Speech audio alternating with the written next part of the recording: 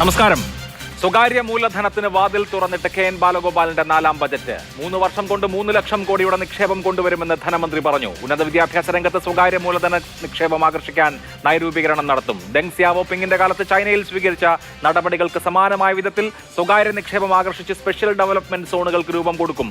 വിഴിഞ്ഞം തുറമുഖത്തിന്റെ സാധ്യതകൾ ഉപയോഗിച്ച് സംരംഭങ്ങൾ തുടങ്ങാൻ ആഗോള നിക്ഷേപക സംഗമം നടത്തും. ഇടതുപക്ഷ സാമ്പത്തിക നയത്തിൽ നിന്നുള്ള പ്രകടമായ വ്യതിയാനം ബാലഗോപാലിന്റെ ബജറ്റ് പ്രസംഗത്തിൽ കാണാം. ഇന്ന് സൂപ്പർ പ്രൈം ടൈം ചർച്ച ചെയ്യുന്നു. നയം മാറിയോ? സ്വകാര്യ മൂലധനത്തിന്റെ സൂര്യോദയമോ? Plan B സ്വകാര്യവൽക്കരണമോ? സമരങ്ങളെല്ലാം തെറ്റായിരുന്നോ? ഈ ചർച്ചയിൽ Shri K Anilkumar CPM, Shri CP John CMP, Shri KVS Haridas BJP, Shri KS Sabarinathan Congress എന്നിവർ.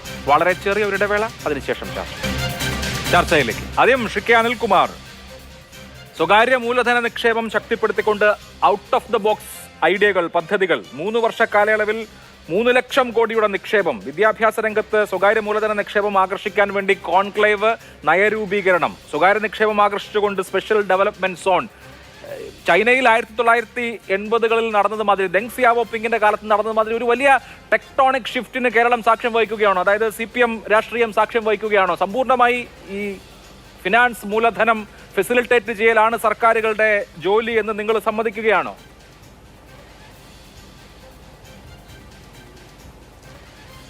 ബഹുമാനപ്പെട്ട അഭിലാഷ് പറഞ്ഞതിലൊരു വസ്തുതാപരമായ പെശക്, പ്രകടമായ വ്യതിയാനം എന്നൊരു വാക്ക് പ്രയോഗിച്ചു. അത് അത്ര ശരിയല്ല. കാരണം എന്ന് വെച്ചാൽ പ്രകടമായൊരു വ്യതിയാനമില്ല.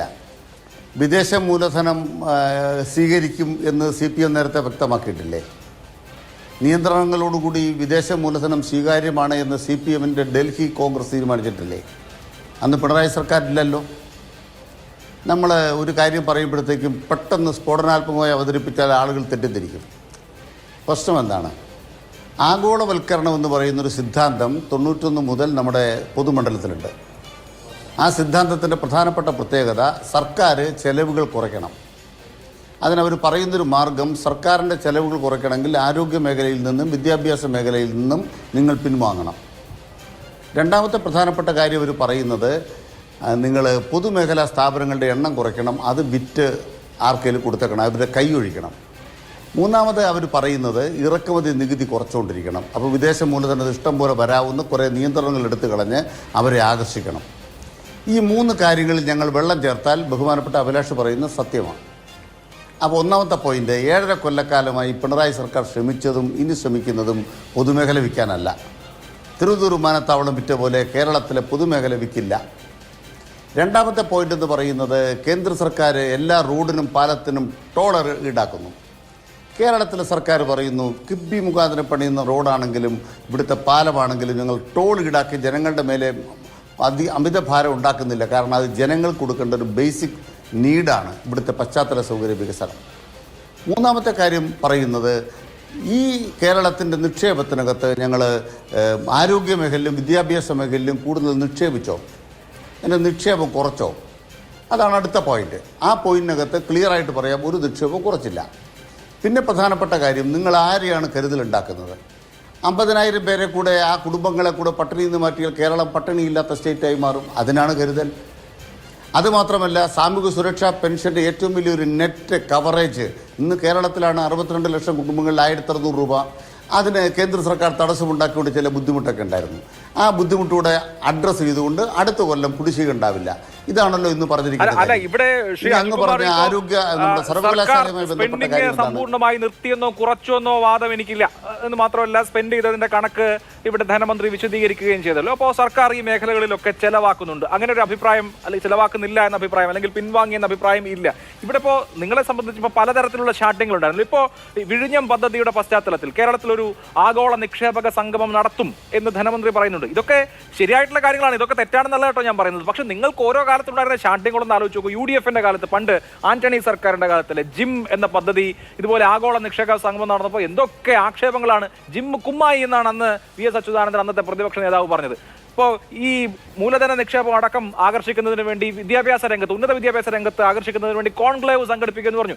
UDFന്റെ കാലത്ത് അത് സംഘടിപ്പിച്ചപ്പോഴല്ലേ അന്നത്തെ ഉന്നത വിദ്യാഭ്യാസ കൗൺസിലിന്റെ ചെയർമാൻ TP ശ്രീനിവാസന്റെ മുഖത്തടിച്ചത് SFIക്കാര്, നിങ്ങൾ വിദ്യാഭ്യാസത്തെ കച്ചവടാക്കുന്നു. അപ്പോൾ നിങ്ങൾ ചെയ്യുമ്പോൾ ഇതൊക്കെ ശരി, മറ്റുള്ള ആളുകൾ ചെയ്താൽ അത് കുഴപ്പം, നമ്മളിട്ടാൽ ബർമുടയാണ് എന്നുള്ളതാണ് ഇതിനകത്ത് ചൂണ്ടിക്കാണിക്കാൻ കഴിയുന്ന പ്രശ്നം. യെസ്, അതിന് കൃത്യമായിട്ട് ഉത്തരവുണ്ട്. ഒന്ന്, UDF കൊണ്ടുവന്ന പദ്ധതി എന്ന് പറയുന്നത് കേരളത്തിലെ നിലവിലുള്ള സർവകലാശാലകളെ വിദേശ സർവകലാശാലകളുമായി കൂട്ടിച്ചേർക്കുന്ന പരിപാടിയാണോ, പുതിയ വിദേശ സർവകലാശാലകളാണോ? UDF കൊണ്ടുവന്ന കോൺക്ലേവുകളോട് ഞങ്ങൾക്കുള്ള തർക്കം എന്താണ്?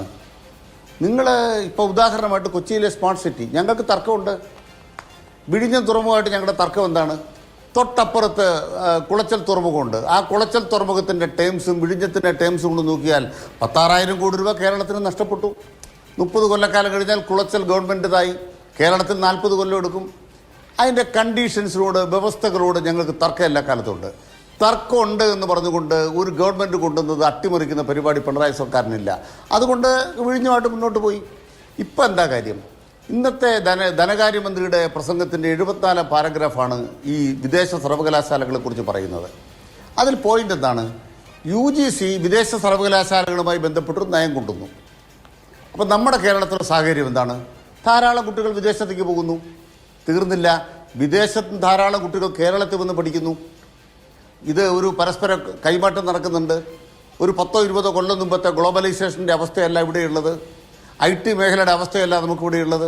ഇതിൻ്റെ എല്ലാം ഫലമായി വിദേശ സർവകലാശാലകൾ വരുമ്പോൾ ഷെയറിങ്ങിന് ആവശ്യമായ പ്ലാറ്റ്ഫോം വന്നാൽ ഞങ്ങൾ എന്തു ചെയ്യും? ഞങ്ങൾ മറ്റ് സ്റ്റേറ്റുകൾ ചെയ്യുന്നതിനെ അനുകരിക്കുമെന്നല്ല പറയുന്നത്. അല്ലെ ആന്റണി സർക്കാർ ചെയ്യാൻ പോകുന്ന ഏതെങ്കിലും കാര്യം അനുകരിക്കുമെന്നല്ല പറയുന്നത്.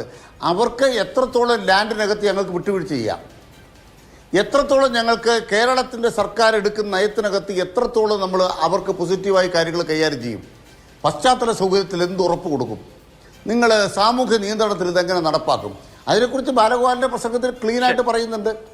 ആ നിയന്ത്രണങ്ങളോട് കൂടി അത് വരുമെന്ന് പറയുന്നത് കേരളത്തിന് ഗുണകരല്ലേ? ഒരു നിയന്ത്രണവും ഇല്ലാതെ എല്ലാവരും വരട്ടെ എന്നുള്ളതാണ് ഇന്ത്യ രാജ്യത്തെ സമീപനം. അതിന്റെ ഭാഗമായിട്ട് സംഭവിക്കുന്നത് എന്താണ്? അതിന്റെ ഭാഗമായിട്ട് സംഭവിക്കുന്നത് സംസ്ഥാനങ്ങൾ തമ്മിൽ മത്സരമാണ്.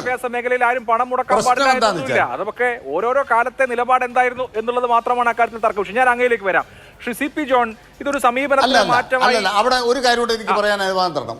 ഒരു കാര്യം കൂടെ പറയാൻ അനുവദിക്കണം. ശരി, പറഞ്ഞോളൂ. ഒരു കാര്യം കൂടെ പറയാൻ അനുവദിക്കണം. നമ്മുടെ കേരളം എന്ന് പറയുന്നത് ഇന്ത്യ രാജ്യത്ത് ഏറ്റവും വികസിത സംസ്ഥാനമാണ്. നമ്മുടെ സാമ്പത്തിക സർവേയുടെ കണക്കൊക്കെ എടുത്തപ്പോൾ നമ്മൾ കണ്ടില്ലേ, നമ്മുടെ പൊട്ടൻഷ്യൽ വളരെ കൂടുതലാണ്. ഉദാഹരണമായിട്ട് 11 കൊല്ലം കൊണ്ട് കേരളത്തിൻ്റെ GDP ഗ്രോത്ത് എത്രയാണ്? ഏതാണ്ട് നമ്മളൊരു 80% GDP ഗ്രോത്താണ് കേരളത്തിൽ. അതുപോലെ തന്നെ കേരളത്തിൻ്റെ നികുതി വളർച്ച എത്രയാണ്? ഇതെന്താ കാണിക്കുന്നത്? പൊട്ടൻഷ്യൽ എന്ന് പറയുന്നത് കേരളത്തിനുണ്ട്. വന്ദേ ഭാരത് ഓടിച്ച കേരളം 183% ആണ് അതിന് ഈടാകുന്നത്. അതിന് കാരണം എന്താണ്? കമ്പോളമുണ്ട് ഇവിടെ. സ്വാഭാവികമായും ഇത് ഒരു പർച്ചേസിങ് പോയിന്റാണ്. കേരളത്തിലേക്ക് വരുന്നവരെ ഇത് കണ്ടിട്ട് വരണം. അങ്ങനെ വരുമ്പോഴത്തേക്കും ഇതാണ് നമ്മൾക്ക് വാങ്ങൽ കഴിവ് കൂടുതലാണ്. ഞങ്ങളുടെ ജനതയെ നോക്കൂ, അവരെ സംബന്ധിച്ചിടത്തോളം അവർ പ്രത്യേക തരത്തിൽ ഉയർന്ന സാമ്പത്തിക നിലവാരമുള്ളൊരു പൊതുസമൂഹം ഇവിടെയുണ്ട്. അതുകൊണ്ട് എന്ത് വേണം? ഞങ്ങളുമായിട്ട് ട്രാൻസാക്ട് ചെയ്യുമ്പം നിങ്ങൾ മറ്റ് സംസ്ഥാനങ്ങളിൽ കൊടുക്കുന്ന ഏതെങ്കിലും തരത്തിലുള്ള പ്രത്യേക ആനുകൂല്യങ്ങളൊന്നും പ്രതീക്ഷിക്കേണ്ട കാര്യമില്ല. സംസ്ഥാന താല്പര്യം ഉയർത്തിപ്പിടിച്ചുകൊണ്ട് വിദേശ മൂലധനത്തെ സ്വീകരിക്കണം എന്നുള്ളത് CPM-ന്റെ പഴയ നയമാണ്. ഒരു തർക്കക്കാര്യത്തിലില്ല. അതൊരു പുതിയ നയമാണെന്ന് ആരെങ്കിലും അത്ഭുതം കൂറിക്കഴിഞ്ഞാൽ അതിലാണ് വസ്തുതയില്ലാത്തത്. ശരി, ഓക്കെ. ശ്രീ CP ജോൺ, ഇവിടെ പറഞ്ഞതുപോലെ 3 വർഷം കൊണ്ട് 3 ലക്ഷം കോടിയുടെ നിക്ഷേപം വരിക, ഉന്നത വിദ്യാഭ്യാസ മേഖലയിൽ ഇത്രയധികം വലിയ നിക്ഷേപങ്ങൾ ഉണ്ടാവുക തുടങ്ങിയവയൊക്കെ സാധ്യമാവുമോ എന്നുള്ളത് കാത്തിരുന്ന് കാണേണ്ട കാര്യമാണ്.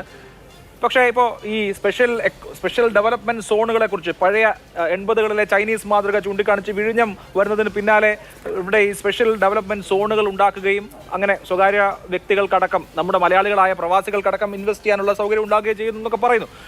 ഇതിന്റെ പ്രായോഗികതയൊക്കെ നമുക്ക് കാത്തിരുന്ന് കാണാം. പക്ഷേ ഇതൊരു സമീപനത്തിലെ മാറ്റമായി താങ്കൾ കാണുന്നുണ്ടോ?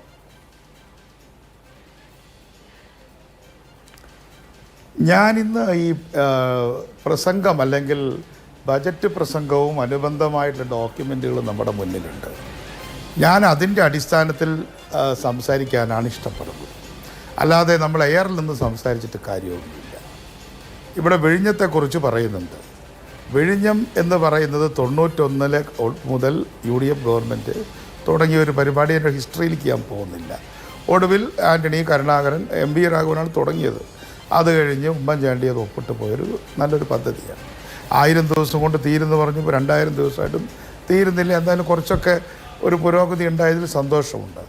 അന്ന് പറഞ്ഞ അദാനിക്ക് തീറെഴുതി 4000 കോടി പദ്ധതിയിൽ നിന്ന് 6000 കോടി രൂപ ഉമ്മൻചാണ്ടി പണം വാങ്ങിയെന്ന് പറഞ്ഞത് ഇന്നത്തെ മുഖ്യമന്ത്രി പിണറായി വിജയനാണ്.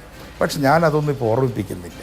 കാരണം നല്ലതൊരാൾ ചെയ്താൽ മോശമായി എന്ന് പറയുന്നത് എന്തിനാണ്? അപ്പോൾ വിഴിഞ്ഞം ഇന്ന് ഇന്ത്യയുടെ തന്നെ ഒരു വലിയ ഒരു ഹബ്ബാണ്, ഒരു ടേൺ അറൗണ്ടാണ്, ഒരു ടേണിംഗ് പോയിൻ്റാണ് എന്നൊക്കെ ഇടതുപക്ഷ ജനാധിപത്യ മുന്നണിയുടെ ഒരു മന്ത്രി പറഞ്ഞത് കേൾക്കാൻ എനിക്ക് മറ്റാരെക്കാളും വളരെ സന്തോഷമുണ്ട്. കാരണം അതിനുവേണ്ടി ഒരുപാട് അധ്വാനിച്ച ഒരാളാണല്ലോ എൻ്റെ നേതാവായിട്ടുള്ള MDR. അപ്പോൾ അതുകൊണ്ട് അതവിടെ നിൽക്കട്ടെ, അത് നടക്കുന്ന പോലെ നടക്കട്ടെ. അപ്പോൾ എങ്ങനെയാണ് ഈ സോൺ ഉണ്ടാക്കുക? സോൺ ഉണ്ടാക്കേണ്ടത് കേന്ദ്ര ഗവൺമെൻറ്റാണ്. ഇടതുപക്ഷത്തിന് SEZ കുറിച്ച് എന്താണ് അഭിപ്രായം എന്ന് ഞാനിപ്പോൾ ചോദിക്കുന്നില്ല. SEZ ആക്കുമോ? SEZ ആക്കേണ്ടത് സ്പെഷ്യൽ ഇക്കണോമിക് സോൺ ഉണ്ടാക്കേണ്ടത് ഇൻകം ടാക്സ് അടക്കമുള്ള കാര്യങ്ങളിൽ ചില ഇളവുകൾ കൊടുത്തിട്ടാണ്, അല്ലാതെ നമ്മുടെ നികുതി ഇളവ് മാത്രമല്ല. അപ്പോൾ ഒരു ഇക്കണോമിക് സോൺ ആയിട്ട് മാറ്റണമെങ്കിൽ കേന്ദ്ര ഗവൺമെൻറ്റും കൂടെ ആയിട്ട് ആലോചിക്കണം. അപ്പോൾ അദാനിയുമായിട്ട് സംസാരിച്ചാൽ നത്തിങ് റോങ്. അപ്പോൾ കേന്ദ്ര ഗവൺമെൻറ്റും സംസ്ഥാന ഗവൺമെൻറ്റും അത് ഹോൾഡ് ചെയ്യുന്ന കമ്പനിയും ഒക്കെ ആയിട്ടൊരു SEZ ഉണ്ടാക്കുമ്പോൾ SEZ-നെ എതിർത്ത കാര്യം ഞാനിപ്പോൾ CPM പണ്ട് എതിർത്തില്ല എന്നൊന്നും ചോദിക്കുന്നില്ല. അവരിപ്പോൾ നടപ്പാക്കിയാൽ മതി. എനിക്ക് കുട്ടിയെ രണ്ടായി മുറിക്കരുതെന്ന് മാത്രമേ ഉള്ളൂ. അതുകൊണ്ട് നല്ല വെൽ ആൻഡ് ഗുഡ്, അവരത് ചെയ്യട്ടെ. പക്ഷെ അത് സ്വപ്നങ്ങളാണ്. പക്ഷേ ഇവിടെ ബജറ്റ് സ്വപ്നമൊന്നും നടക്കാത്തതൊന്നുമല്ല, നല്ല കാര്യം നടക്കട്ടെ. പക്ഷേ ഇവിടെ ഈ ബജറ്റ് ഡോക്യുമെൻ്റ് നമ്മൾ വായിക്കുമ്പോൾ ആ ബജറ്റ് ഡോക്യുമെൻ്റ് അങ്ങേയറ്റം നിരാശാജനകമാണ്. ഇവിടെ വിഴിഞ്ഞം പോർട്ടടക്കമുള്ള എല്ലാ കാര്യങ്ങളുടെയും അടിസ്ഥാന ശില അല്ലെങ്കിൽ അടിസ്ഥാനമായിട്ടുള്ള ഒരു ഇൻസ്ട്രുമെൻ്റ് നമ്മുടെ പ്ലാനാണ്. എവിടെയാണ് പ്ലാൻ നിൽക്കുന്നത്? 30,370 കോടി എന്ന ഒരൊറ്റ സംഖ്യയാണ് ഈ വർഷം, കഴിഞ്ഞ വർഷം, അതിൻ്റെ മുന്നിലെ വർഷം. എന്താണ് അതിൻ്റെ അർത്ഥം? കേന്ദ്രത്തിൽ നമുക്ക് കിട്ടണം, നല്ല കാര്യം, ഞങ്ങൾ വാദിക്കാം. പക്ഷേ ഇവിടുന്ന് പഞ്ചായത്തിന് കിട്ടണ്ടേ? കഴിഞ്ഞ 3 വർഷമായിട്ട് ഈ 30,370-ൻ്റെ 25-24% കൊടുക്കും. ഈ 1200 ഗവൺമെൻറ്റുകൾ ഈ ഗവൺമെൻറ്റിൻ്റെ കീഴിലുണ്ട്. Panchayat, municipal corporation, block. ഒരു ഗവൺമെൻറ്റിന് ₹1 കൂടുതൽ കൊടുക്കാൻ കഴിയില്ല. കാരണം ഇതാണ് ഫോർമുല. SC/ST 9.8, SCPT TSP 2.8, ഏതാണ്ട് 10.3 എന്ന് വിചാരിക്കാം. ₹1 വർദ്ധിപ്പിച്ചിട്ടില്ല. എന്താണ് പ്ലാൻ വർദ്ധിപ്പിക്കാത്തത്? എവിടെയാണ് പ്ലാൻ വർധനവിന് തടസ്സം? അപ്പോൾ മറ്റ് ചെലവുകൾ കൂടിയിട്ടുണ്ടല്ലോ. ഇവിടെ റവന്യൂ ചെലവ് എത്രയാണ് കൂടിയിട്ടുള്ളത്? കഴിഞ്ഞ പ്രാവശ്യം വിചാരിച്ചതിനേക്കാളും ഏതാണ്ട് 5000 കോടി രൂപ റവന്യൂ ചെലവ് കൂടി. അടുത്ത പ്രാവശ്യം കൂട്ടാൻ പോകുന്നത് എത്രയാണ്? ഞാൻ ഡോക്യുമെൻ്റ് മാത്രമാണ് വായിക്കുന്നത്. ഇത്തവണത്തെ പുതുക്കിയ എസ്റ്റിമേറ്റിൽ 1,51,422 കോടി രൂപയാണ് റവന്യൂ ചെലവ്. അടുത്തതോ 1,66,000 കോടിയാണ്. അപ്പോൾ റവന്യൂ ചെലവ് കൂട്ടാൻ ഗവൺമെൻറ്റിൻ്റെ കയ്യിൽ കാശുണ്ട്. പക്ഷേ എന്തുകൊണ്ട് വികസന ഫണ്ട് കൂട്ടാൻ ചെലവില്ല? റവന്യൂ കമ്മി 24,585 അടുത്ത പ്രാവശ്യം 27,846 പറയുന്നു. പക്ഷേ വരുമാനം നോക്കുമ്പോഴോ, വരുമാനത്തിൽ കഴിഞ്ഞ പ്രാവശ്യം 1.32 കിട്ടിയിടത്ത് ഇത്തവണ 1.26 കിട്ടിയിട്ടുള്ളൂ. അതെന്തുകൊണ്ടാണ്? 1.29 കഴിഞ്ഞ പ്രാവശ്യം ബുക്ക് ചെയ്തെങ്കിൽ അത് ഫൈനൽ അക്കൗണ്ട് വന്ന സമയത്ത് അത് 1.32 എന്നാണ് ബജറ്റ് അറ്റ് ഗ്ലാൻസ് എന്ന് പറയുന്ന, ബജറ്റ് ഇൻ ബ്രീഫ് എന്ന് പറയുന്നതിൽ കാണുന്നത്. 1,16,000 ആയിരുന്നു പോസ്റ്റ് കോവിഡ്. 1.16 1.32 1.35 എക്സ്പെക്റ്റ് ചെയ്തു, 1.26 കിട്ടി. അപ്പോൾ 1.35 നിന്ന് 1.32 അക്കൗണ്ടിൽ നിന്ന് 1.26 കുറഞ്ഞു. അപ്പോൾ സ്റ്റേറ്റ്സ് ഓൺ റവന്യൂ കുറച്ച് കൂടിയിട്ടുണ്ട്. പക്ഷേ സെൻട്രൽ ട്രാൻസ്ഫറിൽ കുറവുണ്ടായിട്ടുണ്ട്. മെയിൻ ട്രാൻസ്ഫർ കുറവെന്താണ്? മെയിൻ ട്രാൻസ്ഫർ കുറവ് അതും ഞാൻ വായിക്കാം. മെയിൻ ട്രാൻസ്ഫർ കുറവെന്ന് പറയുന്നത് devolution of revenue deficit grant. അത് കുറയുന്ന എല്ലാവർക്കും അറിയാം. വലിയൊരു ലോട്ടറി എല്ലാ ദിവസവും കിട്ടില്ല. വലിയൊരു ലോട്ടറി എത്രയാണ് കിട്ടിയത്? 21-22 കാലത്ത് 19,891 കോടി രൂപയാണ് പെർ ഇയർ കിട്ടിയത്. 13,174 4,749 ഈ വർഷം 0 ഇത് കൃത്യമായി റവന്യൂ ഡെഫിസിറ്റ് ഗ്രാൻറ്റ്, റവന്യൂവിൻ്റെ കുറവിലുണ്ടായത് നമുക്കുള്ള ഗ്രാൻറ്റ്, ഒരു പ്രത്യേക ഗ്രാൻറ്റ് തന്നതാണ്. എന്നാൽ നമുക്ക് 1.9 കുറഞ്ഞിട്ടുണ്ട്, 2.4 ഇത്തരം കാര്യങ്ങളിലൊന്നും എനിക്ക് അഭിപ്രായ വ്യത്യാസമില്ല. പക്ഷേ സ്റ്റേറ്റ്സ് ഓൺ ടാക്സുകൾ, സ്റ്റേറ്റ്സ് ഓൺ റവന്യൂ കൂട്ടുമ്പോൾ അനിൽകുമാറോട് പറഞ്ഞല്ലോ എൻ്റെ സ്നേഹിതൻ, എല്ലാം കേരളം നമ്പർ വൺ. നമുക്കത് കേരളത്തിൻ്റെ എക്കണോമിക് റിവ്യൂ ഫസ്റ്റ് സെൻറ്റൻസ് എന്താ? Kerala is A leading state in India with high GSTP and high per capita GSTP. എന്താ അതിൻ്റെ അർത്ഥം? High rate of growth in taxes എന്നല്ലേ. അപ്പോൾ ഹൈ GSTP പെർ ക്യാപിറ്റ വന്നാൽ ഹൈ ടാക്സസ് വരണം. ഇതാണ് പ്രതിപക്ഷത്തിൻ്റെ ഞങ്ങളുടെ ധവളപത്രത്തിൻ്റെ വിമർശനം. നിങ്ങൾ ഹൈ GSTP പെർ ക്യാപിറ്റ ഉണ്ടെങ്കിൽ ഹൈ പെർ ക്യാപിറ്റ കൺസംഷൻ ഉണ്ട്. ആ കൺസംഷൻ ഉണ്ടെങ്കിൽ ടാക്സ് വരണം. അങ്ങനെ വരുമ്പോൾ 1,00,000 കോടി രൂപയെങ്കിലും സ്റ്റേറ്റ്സ് ഓൺ റവന്യൂ ആയി വരേണ്ടിടത്താണ് 70,000 വന്നിട്ടുള്ളത്. അപ്പോൾ 23,000-ൻ്റെ കുറവ് അവിടെയാണ് വന്നത്. അത് വളരെ ക്ലിയറാണ്. ഞാൻ പെട്ടെന്ന് നിർത്താം. ഇവിടെ പോലീസുണ്ട്, മോട്ടോർ വെഹിക്കിൾസ് ഉണ്ട്, നികുതി ഡിപ്പാർട്ട്മെൻ്റ് ഉണ്ട്. ഏറ്റവും ദുർബലമായ ഡിപ്പാർട്ട്മെൻറ്റ് നികുതി ഡിപ്പാർട്ട്മെൻറ്റാണ്. ധനകാര്യമന്ത്രി ഇതെല്ലാം പ്രസംഗിക്കുക, അദ്ദേഹത്തിൻ്റെ ഡിപ്പാർട്ട്മെൻറ്റ് വളരെ വീക്കാണ്. ഇവിടെ ഹെൽമെറ്റ് വെക്കാത്തവരെ പിടിക്കുന്നു, അതുപോലെ തന്നെ ബെൽറ്റ് ഇടാത്തവരെ പിടിക്കാൻ ആർട്ടിഫിഷ്യൽ ഇൻ്റലിജൻസ് വരുന്നു. ഇവിടെ ടാക്സ് വെട്ടിക്കുന്നവരെ പിടിക്കാനുള്ള ആർട്ടിഫിഷ്യൽ ഇൻ്റലിജൻസ് ഇല്ലേ? ഇവിടെ എവിടെ പോയി ക്യാമറകൾ? അപ്പോൾ ഒരു ഡിജിറ്റൽ ചെക്ക് പോസ്റ്റുകൾ കേരളത്തിൻ്റെ നാനാഭാഗത്തും കൊണ്ടുവന്ന് ഇവിടേക്ക് വരുന്ന മുഴുവൻ ട്രക്കുകളെയും പരിശോധിച്ച് നമുക്ക് ആർക്കും ബുദ്ധിമുട്ടുള്ള കാര്യമല്ലോ. ആ ട്രക്കുകളോട് അതാത് സ്ഥലത്ത് മാറ്റിയിടാൻ പറഞ്ഞ് അവരുടെ ഇൻവോയ്സ് നോക്കിയിരുന്നെങ്കിൽ 1,00,000 കോടി വരുമായിരുന്നു. അങ്ങനെയാണ് നമുക്ക് റവന്യൂ കൂട്ടേണ്ടത്. അപ്പോൾ 5 വർഷക്കാലം റവന്യൂ ഡെഫിസിറ്റ് ഗ്രാൻഡ് കിട്ടിയ ആ ഗ്രാൻഡ് സന്തോഷമായിട്ട് നമ്മൾ ചെലവഴിക്കുമ്പോൾ റവന്യൂ വർധനവ് എന്ന പെർ ക്യാപിറ്റ GSTP വർദ്ധിച്ച ഒരു സ്റ്റേറ്റിൻ്റെ ഉത്തരവാദിത്വം നടത്തിയില്ല. ഇതാണ് വിമർശനം. അതിൻ്റെ ഫലമായിട്ടോ പ്ലാനും വികസിക്കുന്നില്ല, റവന്യൂ ഇൻകവും വർദ്ധിക്കുന്നില്ല. അതുകൊണ്ട് ഈ ഗവൺമെൻറ് ഫെയിൽ ചെയ്തിരിക്കുകയാണ്. പട്ടികജാതിക്കാരെ സംരക്ഷിക്കുന്നതിൽ, പട്ടികവർഗക്കാരെ സംരക്ഷിക്കുന്നതിൽ എല്ലാം ഫെയിൽ ചെയ്തിരിക്കുകയാണ്. ഇനി എഡ്യൂക്കേഷനിലേക്ക് വരാം. എഡ്യൂക്കേഷനിലേക്കും ഞാനെപ്പോഴും പറയുന്നത്, ഒരാൾ വൈകി വന്ന ഒരു വിവേകം കാണിച്ച് അയാളെ കളിയാക്കേണ്ട കാര്യമൊന്നുമില്ല. ഇപ്പോൾ നമ്മളെല്ലാവരും വലിയ പുണ്യവാളന്മാരൊന്നും അല്ലല്ലോ. അവരിപ്പോഴെങ്കിലും അംഗീകരിച്ചാലോ. പണ്ട് TP ശ്രീനിവാസനെ അടിച്ചു, കൂത്തുപറമ്പിൽ സമരം ചെയ്ത് കോപ്പറേറ്റീവ് സൊസൈറ്റി ഒരു മെഡിക്കൽ കോളേജ് തുടങ്ങാൻ പോകുമ്പോൾ കരുണാകരനും MVR-ഉം കൂടി അത് സ്വകാര്യ സ്വത്താക്കുമെന്ന് പറഞ്ഞിട്ടുള്ള പേരിലാണ് 5 പാവപ്പെട്ട ചെറുപ്പക്കാർ മരിച്ചു. പുഷ്പൻ ഇപ്പോഴും മരണാസനായിട്ട് കിടക്കുകയാണ്. പക്ഷേ അതൊക്കെ നമുക്ക് മറക്കാം.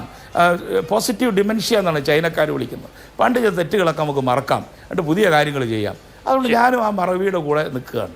എന്തായാലും ശരി, ഇനിയെങ്കിലും ഈ തരത്തിലുള്ള കൃത്യമായിട്ടുള്ള നിക്ഷേപത്തിൻ്റെ കാര്യത്തിലുള്ള നടപടികൾ എടുക്കണം. ഒരു കാര്യം ഇപ്പോൾ ഗവൺമെൻറ് ചെയ്ത് നിസ്സാരമാണെങ്കിലും നല്ല കാര്യമാണ്. ഒരു ടൂറിസ്റ്റ് ബസ്സുകളുടെ പെർമിറ്റ് ഫീസ് കുറച്ചു, ഇറ്റ്സ് ഗുഡ്. പക്ഷേ യാത്രക്കാരെ കൊണ്ടുപോകുന്ന ബസ്സിൻ്റെയും കൂടെ കുറയ്ക്കുകയും അവർക്ക് ഒരു സബ്സിഡിയും കൂടെ കൊടുത്താൽ സാധാരണ തൊഴിലാളികളും വിദ്യാർത്ഥികളൊക്കെ ചെറിയ പൈസയ്ക്ക് അവരെ കൊണ്ടുപോകാൻ കഴിയും. അപ്പോൾ ചെറിയ ചില നല്ല കാര്യങ്ങളിൽ ഞാൻ സപ്പോർട്ട് ചെയ്യുന്നുണ്ട്. ഇപ്പോൾ വിദേശ സർവകലാശാല ഞാൻ സപ്പോർട്ട് ചെയ്യാം. ഓക്കെ, എന്തായാലും പഴയതൊക്കെ മറക്കാം, പുതുത് ശരിയായി വരുന്നുണ്ടല്ലോ എന്ന ആശ്വാസം അക്കാര്യത്തിലുണ്ട്. ശ്രീ KVS ഹരിദാസ് എങ്ങനെ കാണുന്നു? ഓക്കെ, നല്ലത്. ശ്രീ KVS ഹരിദാസ്, ഇപ്പോൾ നോക്കൂ, ഇതിലൊരു വലിയ പോർഷൻ കേന്ദ്ര വിമർശനമാണ്. കേരളം തകരില്ല, കേരളം തളരില്ല, കേരളത്തെ തകർക്കാൻ ശ്രമിച്ചാൽ അത് ചെറുക്കും തുടങ്ങി വള്ളത്തോളിനെ ഉദ്ധരിച്ച് കേരളം എന്ന പേര് കേട്ടാൽ തിളക്കണം ചോര ഞരമ്പുകളിൽ എന്ന് പറഞ്ഞാണ് ധനമന്ത്രി അവസാനിപ്പിച്ചിട്ടുള്ളത്. അപ്പം 8-ാം തീയതിയിലെ കേന്ദ്ര വിരുദ്ധ സമരത്തിന്റെ ഒരു ടെംപ്ലേറ്റ് കൂടി നമുക്ക് ഈ ബജറ്റിൽ കാണാം. കേന്ദ്രം ഞങ്ങളെ വരിഞ്ഞു മുറുക്കുന്നുണ്ട്. ഇവിടെ ഇപ്പോൾ CP ജോണും സൂചിപ്പിച്ചതുപോലെ സെൻട്രൽ ട്രാൻസ്ഫർ കുറഞ്ഞിട്ടുണ്ട്. അപ്പോൾ അങ്ങനെയുള്ള സാഹചര്യത്തെ ഞങ്ങളിതാ നേരിടുന്നു, അതിനുള്ള പ്ലാനാണ് ഈ ബജറ്റ്. അല്ല, ആദ്യമേ തന്നെ അഭിലാഷ് ഒരു കാര്യം, ഇപ്പോൾ ജോൺ പറഞ്ഞതിനെ ഉദ്ധരിച്ചുകൊണ്ടാണ് ഇപ്പോൾ അഭിലാഷ് കേന്ദ്രം തന്നത് കുറയുന്നു എന്ന് പറയുന്നത്. അതിൽ CP ജോൺ തന്നെ ഒരു കാര്യം സൂചിപ്പിച്ചു. ഈ റവന്യൂ ഡെഫിസിറ്റ് ഗ്രാൻഡ് 5 വർഷത്തേക്ക് തരുമ്പോൾ അത് അവസാന വർഷമാകുമ്പോൾ അതില്ലാതാകും എന്ന് സാമാന്യ ബുദ്ധിയുള്ള എല്ലാ ധനകാര്യമന്ത്രിമാർക്കും രാഷ്ട്രീയ നേതാക്കന്മാർക്കും ബോധ്യമുള്ളതാണ്. അതാണ് ജോൺ തന്നെ സൂചിപ്പിച്ചത്. അത് ട്വിസ്റ്റ് ചെയ്യാനാണ് ആദ്യ വാചകത്തിൽ തന്നെ അഭിലാഷ് ശ്രമിച്ചത്. അത് അവിടെ ഇരിക്കട്ടെ. ദൗർഭാഗ്യകരമാണ്. റവന്യൂ ഡെഫിസിറ്റ് ഗ്രാന്റ് ആവട്ടെ, GST കോമ്പൻസേഷൻ ആവട്ടെ, അതൊക്കെ കഴിഞ്ഞു എന്നങ്ങ് വിചാരിക്കാം. അതിനപ്പുറത്ത് ഇപ്പോൾ ധനകാര്യ കമ്മീഷൻ അവാർഡിൽ കേരളത്തിന് കിട്ടുന്നത് എത്ര, തുടങ്ങി കേന്ദ്രാവിഷ്കൃത പദ്ധതികളുടെ ഗ്രാന്റ് എത്ര കിട്ടുന്നുണ്ട് എന്നുള്ളതൊക്കെ നമുക്ക് ഒരുപാട് ചർച്ച ചെയ്യാം. നമ്മുടെ ഇന്നത്തെ സെൻട്രൽ വിഷയം അതല്ലാത്തതുകൊണ്ട് ഇപ്പോൾ നമുക്ക് അതിലേക്ക് വളരെ ഊന്നണമെന്നില്ല. എൻ്റെ സ്റ്റേറ്റ്മെന്റ് ഞാൻ വേണമെങ്കിൽ ഒന്നും കൂടെ വായിക്കാം കേട്ടോ. ഒരു മിനിറ്റ് എനിക്ക് തന്നാൽ, ഈ റവന്യൂ ഡെഫിസിറ്റ് ഗ്രാന്റ് കുറഞ്ഞു, ഇല്ലാതായി. ഗ്രാന്റ് ഫോർ ലോക്കൽ ബോഡീസ് കുറഞ്ഞോ? ഇല്ല, 1203 1334 grant for urban local bodies 336 687 അതുപോലെ തന്നെ ഹെൽത്ത് സെക്ടർ ഗ്രാന്റ് 427 616 ഇപ്പോൾ ഈ വർഷം 458 fund 251 291 state disaster mitigation fund 62 എന്നുള്ള 72 അപ്പോൾ ഇത് കൂടുന്നുണ്ട്.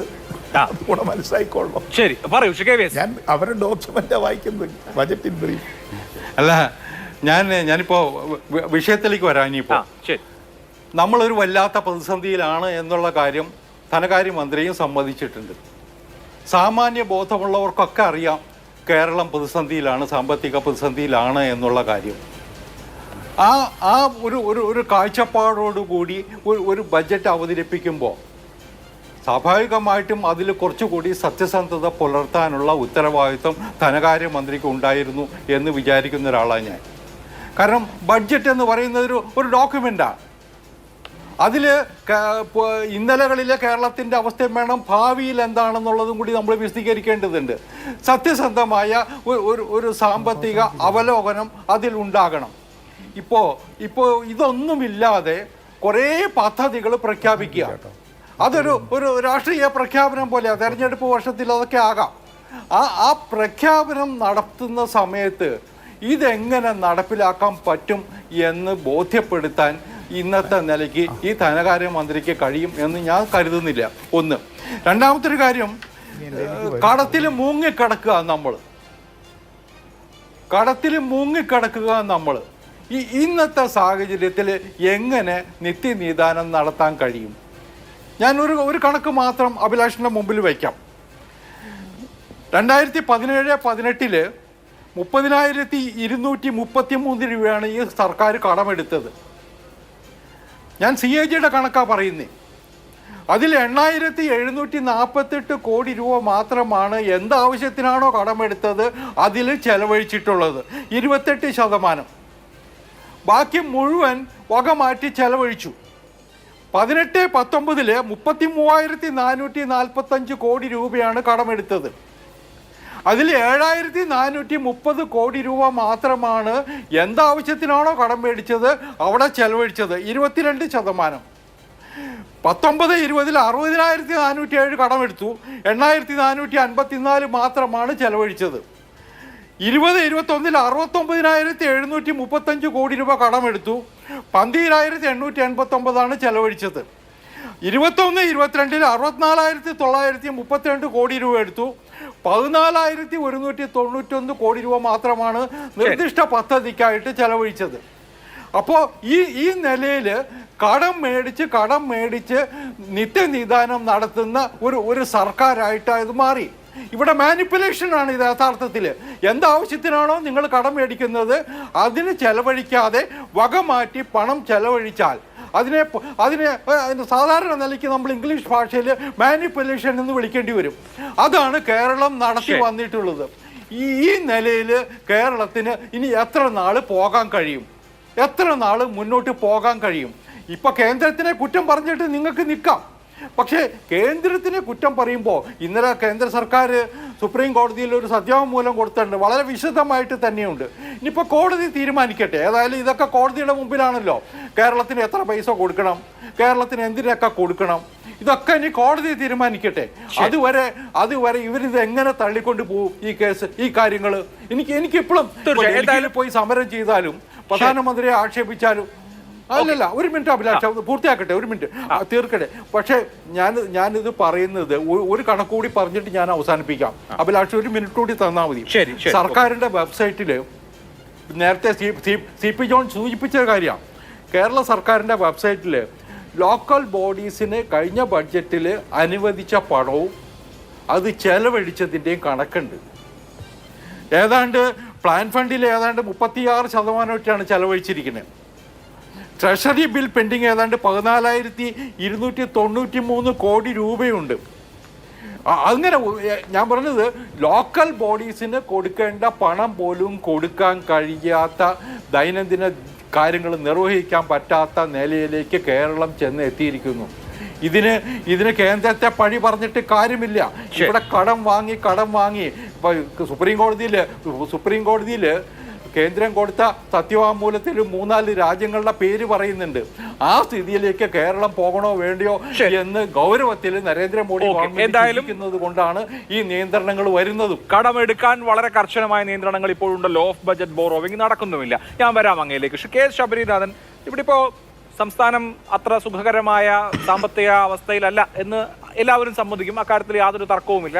അതിന്റെ കാരണങ്ങളെക്കുറിച്ചൊക്കെ കുറച്ചൊക്കെ വ്യത്യസ്ത അഭിപ്രായങ്ങൾ ഉണ്ടായേക്കാം. എങ്കിലും ഇവിടെ ഇപ്പോൾ ഒരു പ്ലാൻ ബി ഉണ്ട് എന്ന് ധനമന്ത്രി പറഞ്ഞു. ആ പ്ലാൻ ബി എന്താണെന്ന് അദ്ദേഹം വിശദീകരിച്ചില്ല. പക്ഷേ ഈ ബജറ്റിന്റെ ഒരു സവിശേഷത വലിയ തോതിൽ സ്വകാര്യ മൂലധനത്തെ ആകർഷിക്കാൻ കഴിയുന്ന, അല്ലെങ്കിൽ സ്വകാര്യ മൂലധനത്തെ ഫെസിലിറ്റേറ്റ് ചെയ്ത് കൊടുക്കാൻ സർക്കാർ ഉദ്യമിക്കുന്നതിന്റെ ലക്ഷണങ്ങൾ കാണാം. വിഴിഞ്ഞം പദ്ധതി വരുന്നു, ഇൻഫ്രാസ്ട്രക്ചർ രംഗത്തുണ്ട്, വിദേശ മൂലധനത്തിന്റെ കാര്യം പറയുന്നുണ്ട്, അതുപോലെ തന്നെ ഉന്നത വിദ്യാഭ്യാസ രംഗത്തുണ്ട്, ടൂറിസം രംഗത്തുണ്ട്. അപ്പോൾ ഇത് നമ്മളൊരു പുതിയ ഘട്ടത്തിലേക്ക്, ഒരു പുതിയ ഫേസിലേക്ക് കടക്കുകയാണ്. ഒരു പാരഡൈം ഷിഫ്റ്റ് ആണ് എന്ന് താങ്കൾ വിചാരിക്കുന്നുണ്ടോ? അഭിലാഷ്, ഇവിടെ ഇന്ന് ശ്രീ ബാലഗോപാൽ പറഞ്ഞ ഈ പ്ലാൻ ബി സത്യത്തിൽ പറഞ്ഞാൽ ഒരു പ്ലാൻ ഡി ആണ്. കാരണം പ്ലാൻ എ എന്ന് പറഞ്ഞാൽ മനസ്സിലാക്കുന്നത് നമ്മുടെ ബഡ്ജറ്റിനകത്തുള്ള വിഭവ സമാഹരണവും മറ്റുമാണ്. സത്യം പറഞ്ഞാൽ ഈ സർക്കാരിൻ്റെ പ്ലാൻ ബി എന്ന് പറഞ്ഞാൽ കിഫ്ബി ആയിരുന്നു. ആ കിഫ്ബി ഏകദേശം പകുതിയായപ്പം മൂന്നാമത് ഒരു പ്ലാൻ സി ആയിട്ട് ഒരു മാന്ദ്യവിരുദ്ധ പാക്കേജ് കൊണ്ടുവന്നു. ഓർമ്മയുണ്ടോ? സത്യം പറഞ്ഞാൽ ഈ ബഡ്ജറ്റും കിഫ്ബിയും മാന്ദ്യവിരുദ്ധ പാക്കേജും കഴിഞ്ഞ് ഈ സർക്കാരിൻ്റെ പ്ലാൻ ഡി ആണ് ഈ പറയപ്പെടുന്ന പുതിയ പ്ലാൻ. ആ പ്ലാൻ എന്താണെന്ന് നമുക്കാർക്കും അറിയില്ല. പക്ഷേ തീർച്ചയായിട്ടും അത് കേരളത്തിന് പൊതുവായി നല്ലതാണെങ്കിൽ അതിന് നല്ലതാണെന്ന് ആഗ്രഹിക്കുന്ന ഒരു പൗരൻ കൂടിയാണ് ഞാൻ ഈ പറയുന്നത്. ഈ ഒരു സർക്കാരിൻ്റെ ഒരു ബഡ്ജറ്റ് എന്ന് പറയുമ്പോൾ ആത്യന്തികമായി ഇൻകമിൻ്റെയും എക്സ്പെൻസിൻ്റെയും ഒരു സ്റ്റേറ്റ്മെൻറ്റാണ്. നമ്മൾ അതുമാത്രം വെച്ച് നോക്കുക. നേരത്തെ ശ്രീ പി ജോൺ വളരെ കൃത്യമായിട്ട് പറഞ്ഞു. ആ ഒരു രേഖയുടെയും ആ ഡോക്യുമെൻറ്റിൻ്റെയും ഒരു പവിത്രതയും ഒരു സാങ്ക്ടിറ്റിയും വെച്ച് നോക്കുമ്പോൾ ഒട്ടും ശുഭകരമല്ലാത്ത ഒരു സാഹചര്യം തന്നെയാണ്. ചെറിയ മാറ്റങ്ങളുണ്ട്, പക്ഷെ നമ്മൾ ഭീതിയോടെ തന്നെയാണ് അതിനെ കാണേണ്ടത്. ആ ബഡ്ജറ്റിലെ ഈ രേഖകൾക്കുപരിയായിട്ടുള്ള ഈ വാചകങ്ങളിലാണ് ഇപ്പോൾ പല ആളുകളും, ശ്രീ അനിൽകുമാർ അടക്കമുള്ള ആളുകൾ അതിനകത്ത് ഞാൻ അഭിരമിക്കുന്നതെന്ന് പറയാൻ മടിക്കുന്നതായാലും അവർ എന്താണ് ഈ പ്ലാൻ ബി? ഇപ്പോൾ കേരളത്തിൽ നമുക്കറിയാം 4.5 ലക്ഷം കോടി രൂപയുടെ കടമായി. നമ്മുടെ കടത്തിൻ്റെ GSDP അനുപാതം 40% നിൽക്കുന്നു. നമ്മുടെ ഒരല്പം ചെറിയ രീതിയിൽ ഇവർ പറയുന്ന പോലെ വലിയ മെച്ചമില്ലെങ്കിലും ചെറിയ രീതിയിലുള്ള മെച്ചപ്പെട്ട നികുതിയുടെ വരുമാനം വരുന്നു. പക്ഷേ നമ്മൾ നഷ്ടപ്പെടുന്ന നികുതി വരുമാനം ഏകദേശം ശ്രീ CP ജോൺ സാർ പറഞ്ഞ പോലെ 1 ലക്ഷം കോടി വരെയൊക്കെ എത്താവുന്നൊരു സാഹചര്യമുണ്ട്.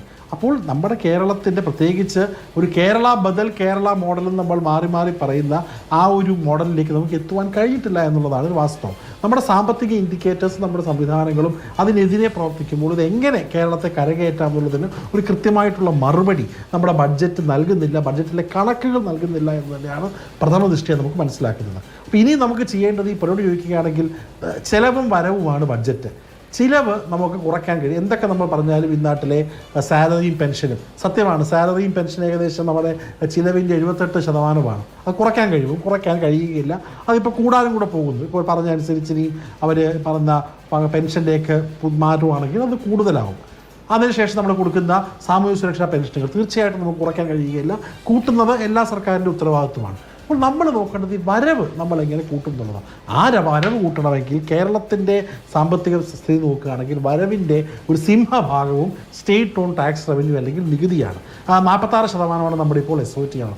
ആ സ്റ്റേറ്റ് ഓൺ ടാക്സ് റവന്യൂവിലെ നികുതി, ആ നികുതിയുടെ പ്രധാനപ്പെട്ട ഭാഗമായിട്ടുള്ള GSTക്ക് പരിമിതികളുണ്ട് സെൻട്രലൈസ്ഡ് ആയതുകൊണ്ട്.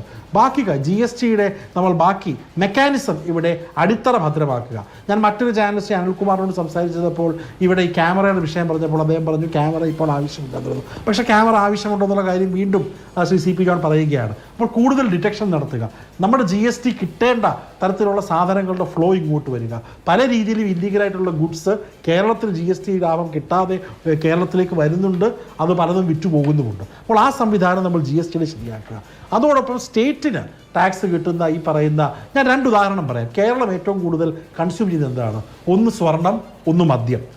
ഇന്ത്യയിൽ വരുന്ന സ്വർണത്തിന് 28% കൺസ്യൂം ചെയ്യുന്ന കേരളം എന്നൊരു സംസ്ഥാനമാണ്. ആ സംസ്ഥാനത്തിൽ ആ സ്വർണം കൺസ്യൂം ചെയ്യുന്ന അത്തരത്തിലുള്ള വരുമാനം വരുന്നില്ല, കാരണം നികുതി വെട്ടിപ്പ് നടക്കുന്നുണ്ട്. രണ്ടാമത് മദ്യം. ഇടതുപക്ഷ സർക്കാർ ഒന്ന് മദ്യ നയം മാറ്റി കൂടുതൽ ബാറുകൾ തുടങ്ങി, എല്ലാ താലൂക്കിലും എല്ലാ പഞ്ചായത്തുകളിലും ഒക്കെ ബാറ് വന്നു. അത് സർക്കാർ നിലപാട് ഞാൻ ചോദ്യം ചെയ്തില്ല. പക്ഷെ ബാറ് വരുമ്പോൾ അവിടെ നിന്ന് ബാറിൽ നിന്ന് വരുമാനം കൂടണ്ടേ?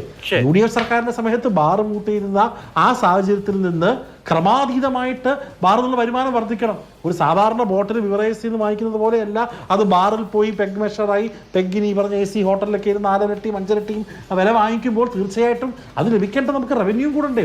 വരുമാനം അത് കൂടുന്നില്ലല്ലോ. അതാണ് നമ്മൾ UDFന്റെ കഴിഞ്ഞ വർഷം ധവളപത്രത്തിൽ CP ജോൺ സാർ ഞാനും ഒക്കെ വർക്ക് ചെയ്തൊരു ഡോക്യുമെൻ്റാണ്. നമ്മൾക്ക് ലഭിക്കേണ്ട കഴിഞ്ഞ ഒരു 5 വർഷത്തെ നമ്മുടെ നികുതി ഡെഫിസിറ്റ് ഉള്ളത് ഒരു 75,000 കോടി അടുപ്പിച്ചാണ്.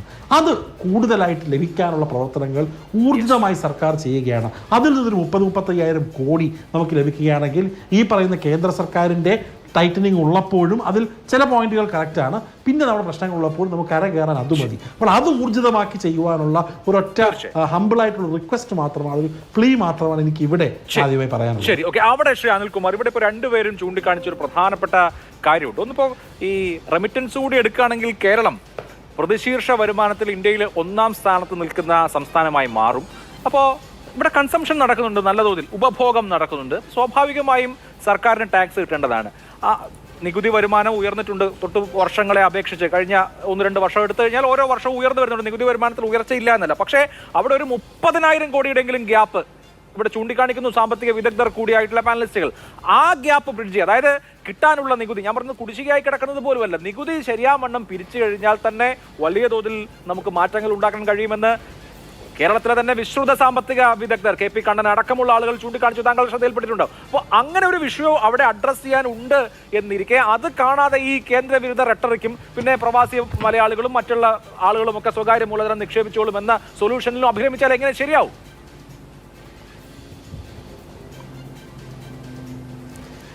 ഇവിടെ BJPയുടെ പ്രതിനിധി പറഞ്ഞപ്പോൾ ഞാൻ അത്ഭുതപ്പെടുകയായിരുന്നു. കാരണം 2 ദിവസം മുമ്പാണ് നിർമ്മല സീതാരാമൻ്റെ ബഡ്ജറ്റ് പ്രസംഗം കേട്ടത്. അവരുടെ കണക്ക് ഇന്ത്യ രാജ്യത്തെ ഗവൺമെൻറ്റിൻ്റെ GST നികുതി പിരിവ്, ആകെ നികുതി പിരിവ് 23 ലക്ഷം കോടി രൂപയാണ്. 23.10 ലക്ഷം കോടി രൂപയാണ് അവരുടെ നികുതി പിരിവ്. ആകെ ചെലവ് 46 ലക്ഷം കോടി രൂപ വരും. ഈ ഗ്യാപ്പ് എങ്ങനെ ഫില്ല് ചെയ്യുന്നത്? മറ്റ് വരുമാനം കുറച്ച് വരുമാനം ഉണ്ടെങ്കിൽ 30 ഞങ്ങൾ എത്തും, ബാക്കിയാണ് ഞങ്ങൾ കടം വാങ്ങിക്കേണ്ടതെന്നാണ് നിർമ്മല സീതാരാമൻ പറയുന്നത്. നിർമ്മല സീതാരാമൻ്റെ ധനക്കമ്മി കഴിഞ്ഞ കൊല്ലം 6.4, അത് 5.8 ആക്കും എന്നൊക്കെയാണ് പറയുന്നത്. ഈ ധനക്കമ്മി പരിഹരിക്കാൻ കടമെടുക്കല്ലേ? എത്ര ശതമാനം കടമെടുക്കുന്നത്? ഇന്ന് ഇന്ത്യ രാജ്യത്തിൻ്റെ GDPയുടെ 83% കേന്ദ്ര ഗവൺമെൻറ് കടമാണ്. 156 ലക്ഷം കോടി രൂപ. ഒരു മാസം 1.5 ലക്ഷം കോടി രൂപ നിർമ്മല സീതാരാമന് കടമെടുക്കുമ്പോൾ രാജ്യം മുടിയില്ലേ? കേന്ദ്ര ഗവൺമെൻറ് സുപ്രീം കോടതിയിൽ എഴുതി കൊടുത്ത പോലെ ശ്രീലങ്കയുടെ അനുഭവം ഉണ്ടാവില്ലേ? 86% കേന്ദ്രത്തിൻ്റെ കടം. അപ്പോൾ കേന്ദ്രം കടം ഞങ്ങൾ ഇഷ്ടം പോലെ എടുക്കും. പിന്നെ ഞങ്ങൾ പൊതുമേഖല വിൽക്കുന്നുണ്ട്, ഞങ്ങൾ ദേശീയപാത ടോൾ ഏർപ്പെടുത്തുന്നുണ്ട്, എന്നിട്ട് അദാനിക്ക് ഇത് വിൽക്കും, വിമാനത്താവളം വിൽക്കും, ആ കാശ് ഞങ്ങൾ അടിച്ചെടുക്കും. ഇതൊന്നും ചെയ്യാത്തൊരു കേരളത്തിനെതിരായിട്ടാണ് നിങ്ങൾ റവന്യൂ ഡെഫിസിറ്റ് ഗ്രാൻഡ് നിർത്തിയോടുകൂടി നിങ്ങൾ ശ്രദ്ധിക്കണം. നിങ്ങൾ ശ്രദ്ധിക്കാൻ എന്ത് വേണം? നിയമനം നിരോധിക്കണം, സ്കൂള് പൂട്ടണം, ആശുപത്രി പൂട്ടണം. അത് കേരളത്തിൽ പറ്റത്തില്ല. കേരള സർക്കാരിന്റെ വഴി അതല്ല, ഞങ്ങളുടെ പ്രയോറിറ്റി അതല്ല.